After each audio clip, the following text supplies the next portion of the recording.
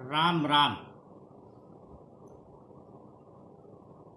95 दिनों से निरंतर जारी लोक संवाद की श्रृंखला में आज मैं संस्कार सोपान के तीसरे सूत्र की चर्चा करना चाहता हूँ, किंतु इसके पहले एक बात कहनी आवश्यक है, और वही कि कुछ भी करने के पहले हम एक क्षण रुकें और उसके परिणाम के बारे में सोच लें, तो कुछ भी करने के उपरांत उसके प्राप्त होने वाले फल को लेकर के चिंता नहीं रह जाती है।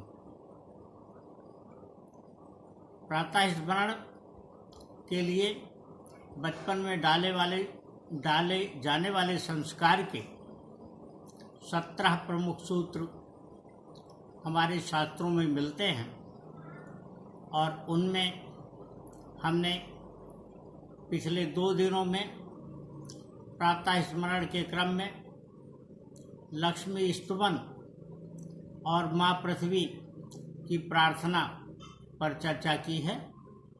आज त्रिदेवों के साथ नवग्रह प्रार्थना पर चर्चा करूँगा।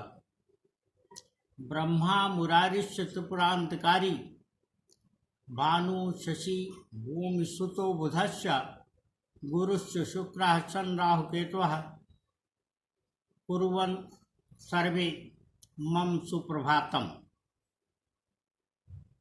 हम देखें तो पाएंगे कि परमपिता परमेश्वर अर्थात नारायण ने प्रकृति की व्यवस्था के संचालन के लिए 3 देवों के साथ 9 ग्रहों की रचना की है।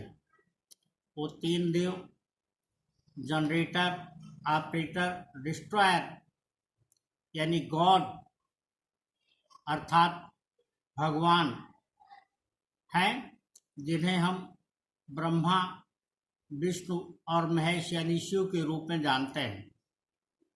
सत्यम शिवम सुंदरम की व्याख्या मैं पूर्व में कर चुका हूँ।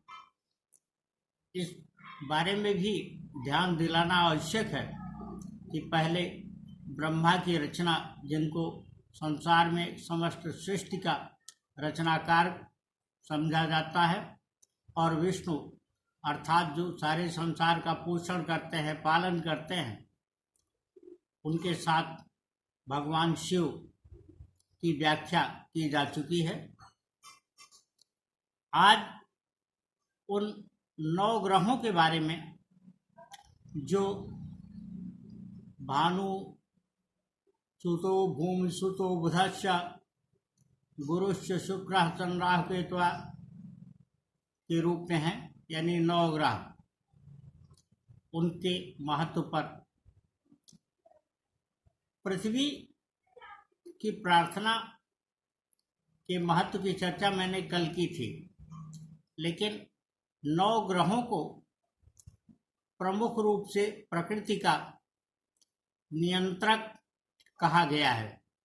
यही 9 ग्रह ही प्रकृति को विभिन्न प्रकार से नियंत्रित करते हैं, और इन सबके हमारी प्राकृतिक व्यवस्था में अपने अपने विभाग हैं, और इनका स्तुवन हर रोज प्रातः श्रद्धापूर्वक कर लेने से हमें किसी भी कर्म, कार्य या कर्तव्य की पूर्ति के लिए अनुकूल परिस्थितियों का सृजन करने के लिए अतिरिक्त कोई उपाय नहीं करने होते। दरअसल ये 9 ग्रह वो हैं जिनमें से बहुतों के तो मंदिर आज अलग अलग देश के विभिन्न भागों में बना दिए गए हैं, और तमाम व्यावसायिक मानसिकता वाले लोग उनका अलग अलग तरीके से उपयोग कर रहे हैं। उनके महत्व के लेकर के चर्चाएं करते हैं, और उनके आधार पर जो कुछ उपयुक्त समझते हो करते हैं। हम उनके गुणों की चर्चा करने के न तो अधिकारी हैं और न ही करना चाहते हैं, किंतु एक बात स्पष्ट रूप से कहना चाहते हैं कि ये ग्रह वास्तव में देवता नहीं है, यह देवताओं के तहत कार्य करने वाले वो उपाय हैं जिनके जरिए मनुष्य अपने यत्नों की साधना करता है। और इन सब ग्रहों के स्वामी भगवान शिव हैं। शिव की साधना से ये सभी ग्रह अपने आप अनुकूल हो जाते हैं।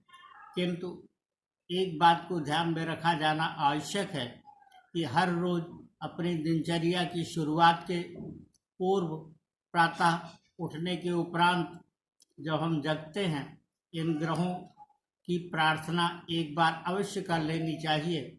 इससे इनका अनुकूलन सदैव हमारे समक्ष बना रहता है और हम इनके जो नीति विषयक कार्य है, जो इनके कार्य विषयक कार्य है, यानी इनके विभाग हैं, उनके विरुद्ध किसी कार्य को करने के लिए प्रेरित नहीं होते हैं। उसकी उत्प्रेरणा हमें पैदा नहीं होती है और इससे वह निरंतर हमारे अनुकूल परिणाम देते हैं। राम राम।